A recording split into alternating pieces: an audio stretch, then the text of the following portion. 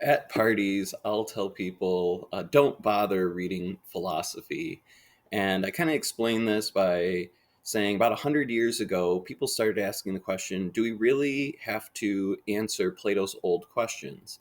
So, one of the questions that comes up is, what does it mean for something to exist? So, we can kind of imagine atoms exist. I mean, you can be a total skeptic about that, but just for argument's sake, let's just assume they exist. Well, then you might ask the question, how about an idea? If I say the question, am I closer to the TV than the grocery store? Does that exist? Does that idea exist? And kind of two branches here. So the pragmatist says, well, it doesn't matter if it exists. If it's useful to pretend it exists, let's use it. And if it's not useful, don't use it. So pragmatism ends up making basically its own branch of philosophy using usefulness as its method of truth. Then the other branch of philosophy, and really rounding out some jagged edges here, came from Wittgenstein. And he has his Tractatus Logico Philosophicus. He basically invents analytical philosophy. So one of the questions I'll ask is, what is justice? And Plato would say, well, justice is fairness, and here's all this thoughts about virtue, and that's why it's true. But then you see, like, Putin invades Ukraine, and there's no justice there. That's just the will of the strong.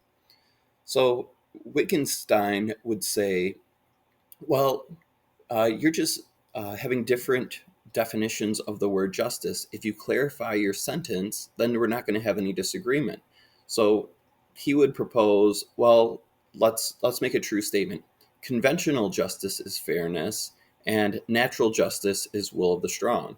Now, you might disagree with that or something, but in that case, let's just add more words until we're in agreement.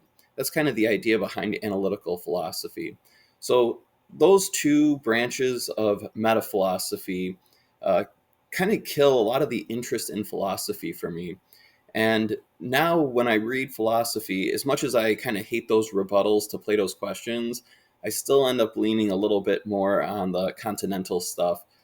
There's a little bit, maybe, either practical or interesting applications there.